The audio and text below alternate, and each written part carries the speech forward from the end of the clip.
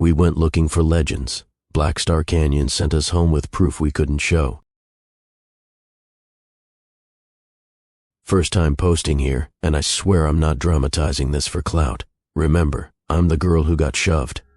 My boyfriend, ex now, 2 of his buddies, and I went to Black Star Canyon a couple summers ago.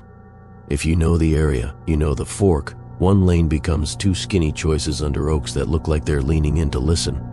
We were arguing about which way hugged the creek when the dash lights dipped and the engine just quit. No sputter, no cough, like someone unplugged the car.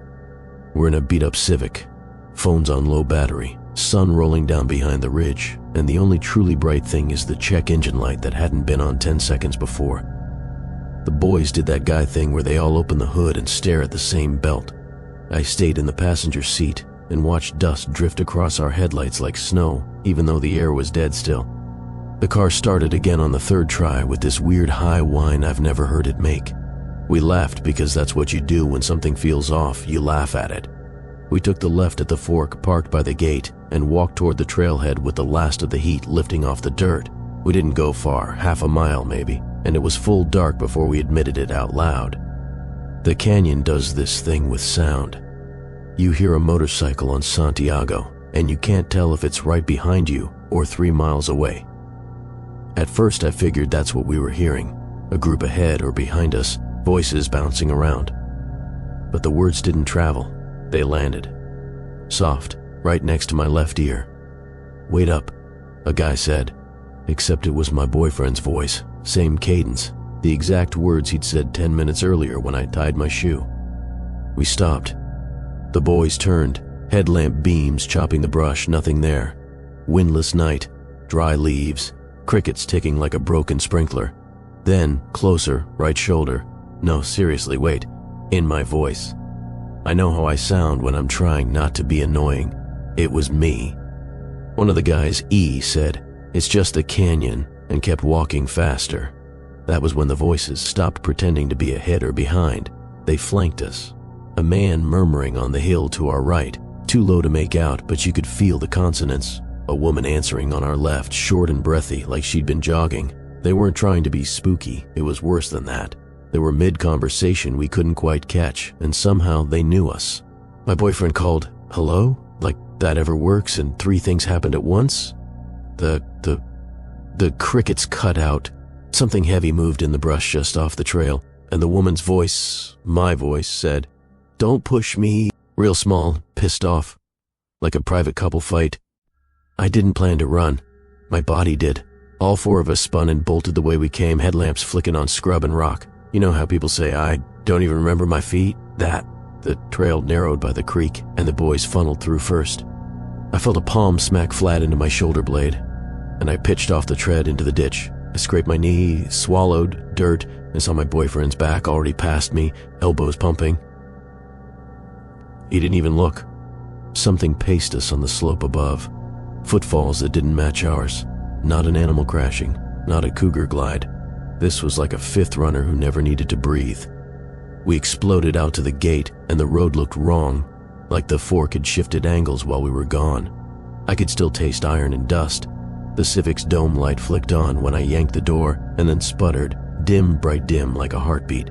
The guys were yelling, get in, but the key turned to nothing. Dead silence, then that same high whine from earlier, only this time it was coming from the passenger side, from the black beyond the glass. I don't have proof for the next part. I didn't film it. There weren't footprints. I'm telling you how it felt. A face leaned near my window, close enough to fog it from the outside, close enough to see the glass pull a tiny bit inward, like pressure from a cupped hand. No shape, no features, just the weight of attention. And under the whine, a whisper that lined up with the mark on my back, "Don't push me." The engine caught. Headlights burned a seam down the road, and the fork went back to being a normal fork. We tore out of there so fast the loose jack in the trunk slammed like a gunshot. No one talked until we hit the brighter stretch by the ranch houses. And even then it was just logistics, gas, food, never again. Later, in the bathroom, I took off my tank top and saw 4 oval bruises high on my shoulder blade, spaced like fingers. He swore he didn't push me, that he was just trying to get past and maybe the hill kinda moved you. I believed him the way you believe your own voicemail when it plays back on speaker, recognizing the voice and hating how it sounds. We broke up a month after that for other reasons that were probably the same reason. I still flinch when someone walks fast behind me on a narrow path. I still don't like forks in the road when it's close to dark, and I still think about how the canyon took whatever we said in passing, "Wait up, don't push me," and handed it back sharper, like it wanted to show us what those words can do when they land. If you go out there, go in daylight. Keep your voices small. And when the road splits and the car hiccups like it's deciding, listen. Sometimes the place chooses for you. Throwaway because my mane has hiking pics all over it and locals will recognize the plate. This happened last fall and I didn't report it because who do you even call for a ghost tailgater? My cousin and I were creeping up Black Star Canyon Road after a rain. The dust was tamped down, the frogs were loud, and every reflector looked like an eye. We'd just passed the cluster of ranch houses when a truck materialized in the mirror. Full high beams, no grill, just light. I tapped the hazard and waved it around. It didn't pass. It rode our bumper so close the backup camera washed white. I pulled into a turnout to let it by. The truck eased in behind us nose to nose with my hatch and stayed there, idling. We could hear it, low, uneven, like a carbureted V8 with a cough. But the beams were too bright to see a driver shape. I cracked my door to yell, and the engine sound cut off mid-thrum. Not a fade. Off, like someone pulled a plug. "Let's just go," my cousin said, and we did. Rolled out slow, expecting the truck to swing around us. It didn't. No engine, no door slam. When we got back on the narrow paved strip, a second pair of high beams hit us from the front, around the bend past the gate, like another truck was facing downhill. Only when we crept up there was no second truck, just suspended glare in the dust, scattering like fog. At the locked forest gate, we turned around. I'm not about to wheel through mud ruts at night, and the first truck was gone from the turnout. No tire marks. The puddle it sat over was unbroken. The weirdest part came later. My cousin pulled the micro SD from the dash cam, and we watched our climb. You could see our car's interior lit up, our silhouettes flickering against the glass. But there was no bumper reflection, no chrome, nothing in the lens but a wall of light following exactly our speed. The audio recorded an idle that rose and fell with my breathing, not the engine. I asked a deputy about it 2 weeks later when he was parked off Santiago. He shrugged like he'd heard weirder and said, "Caretakers out there don't run plates. If you see lights with no truck, don't stop. Not comforting, we don't go at night anymore." I still feel the heat of a radiator on my calves when I think about how close those beams were, without anything to cast them. First time posting in here, long time lurker. I'm that annoying trail runner who says one more mile until it gets sketchy. This was the mile that cured me. Rule my coach drilled into us. Don't whistle in canyons after dark. It draws things in, human or not. My boyfriend and I broke it at Black Star as a joke. 2 notes, a lazy come-on sound, just past where the trail pinches by the creek. The echo came back wrong, not delayed, early, like something finished our call before we did. We laughed because what else do you do? We did it again, just the 2 notes. This time the answer came from slightly behind us on the opposite bank, thin and breathy, like someone whistling with chapped lips. We scanned with headlamps and caught stacked pebbles on a buried log that weren't there on the way in. We kept going anyway because runners are stubborn when our watches say we haven't hit the turn point. The canyon made a throat-clearing sound, crickets shutting off in a strip, then starting behind us, and the air smelled like hot pennies. I told him to cut the whistling. He said he hadn't. Something dropped a small rock a few feet ahead, just off the tread, not thrown, placed and nudged. The sound was polite, which somehow made it worse. We turned around and walked fast. Every time our footfalls fell into a rhythm, the whistle matched us, then slid a half beat off like it was learning. We tried talking to drown it out, and the canyon mimicked that too. Not words, just our cadence. It's like when you hear yourself through a cheap paw with the tiniest delay and your brain stutters. There's a low branch over the trail near the gate that you duck under without thinking. I didn't. Something grazed my hair and snagged. I grabbed a handful of fiber, twisted plant strands, brittle and pale like yucca that's been stripped and braided into a ring. It was tied to the branch with a knot I didn't recognize. We didn't stop to examine it. We ran. We didn't hear the whistle on the road. The crickets came back. Cars existed again. Back at the car, I realized I still had the little ring clenched in my fist. We tossed it into the weeds because the idea of taking it home made my teeth hurt. I don't know who hung it there or why. Maybe it was nothing, some backpacker craft. Maybe the canyon wanted to see if it could climb into our lungs and play us like flutes.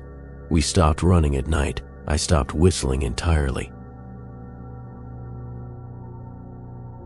IDK, where else to put this without friends calling me dramatic? I'm posting because it keeps changing in a way that feels like a dare. We did a birthday ghost hike to the Black Star Gate, just 5 of us with cupcakes in a Tupperware and a $20 gas station instant camera because Polaroids felt thematic. We took one shot at the gate so the birthday girl would have a dorky keepsake of all of us with headlamps and frosting teeth. Back at the car, we shook the photo under the dome light. Classic ugly flash faces and a 6th person behind the fence, not between us, behind where the padlock hangs. He was shoulder squared to the camera in an old jacket with a collar that looked too big and a brimmed shadow over his eyes, like a miner cap or maybe a beat-up fedora. No features, just grime on the cheekbones and a dark slash where a mouth should be. We all did the no-way routine. We checked the fence with our headlamps, our footprints, everything. Nothing. The next morning, the birthday girl texted a picture of the Polaroid on her fridge with, "Haha, stop editing my life." The 6th figure was closer in hers. Not dramatically, just enough that his shoulder now overlapped the latch. I thought she was screwing with me, so I drove over after work to compare. We put my copy and hers side by side. Same torn corner, same ding from writing in my pocket. Different positions. His jacket collar was turned a different way. You could see a smudge on the fence where his sleeve touched it in her version. We started treating it like a science experiment. We took the photo outside. We took iPhone pics of it under neutral light. Every day or two, the 6th man shifted. He never got sharp, he just adjusted, as if he had all the time in the world to step in. On the 5th day, my friend, the one who rolls her eyes at everything, took the Polaroid with her back to Black Star to return it. She left it tucked under the gate chain. The next morning, the photo was on her welcome mat with dirt on the white border and a new fleck on the lens flare that looked like a tiny star on his jacket. We don't keep it on the fridge anymore. It lives in a shoebox with a heavy book on top. We haven't opened it in weeks. I can feel him looking at the inside of that lid the way you feel someone behind you on a quiet sidewalk. I don't know if this is a minor ghost or just light doing math we don't understand. I just know the picture keeps voting to come back. Long-time lurker. Made an account just to ask if anyone with radios has had this happen out there. I'm a scanner nerd. I keep a little handheld in my glove box to listen to fire, weather, the usual. Black Star's a reception junkyard. Hills bounce everything weird. So I was excited to see what I could pick up. I parked at a turnout before the gate while my girlfriend stretched her calves. It was that blue-gray hour when the citrus starts smelling sweet again. I spun the dial and landed on dead air. Then, a click and a male voice, thin like it was coming through a mile of wire. "Sierra 3, you got a copy?" The call sign is nothing to me, but the phrasing is old school. I said, "Go ahead," because I'm a clown. There was a pause. Then the same voice, "Sierra 3, I can't hold it at the split." The split. Fork. We both looked down the road like it was going to answer for us. My girlfriend whispered, "Don't," which I ignored because I wanted the radio to like me. I said, "Identify?" What came back wasn't a name. It was my girlfriend's voice. Perfect. Speaking a little quicker than she does. "We're at the gate. Can you see us?" She hadn't said that. She hadn't said anything after "don't." I killed transmit and stared. The handheld felt hot in my palm. Another click, a third voice, older, breathy like he was talking around a cigarette. "Hold fast, boys. Let her by." I don't know why that sentence chilled me more than the mimic. It sounded like something you say when you've posted up on a ridge and you're watching shadows do math below you. The radio squawked one last time, a clipped copy, and the battery icon flashed empty. The handheld shut off. No low battery chirp, just off.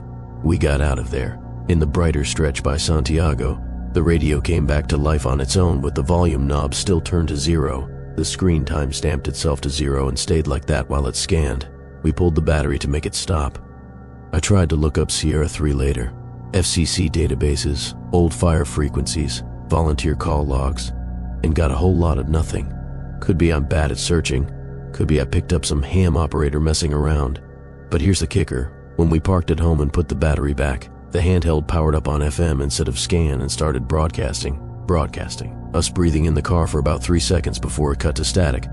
No transmit light, no push to talk.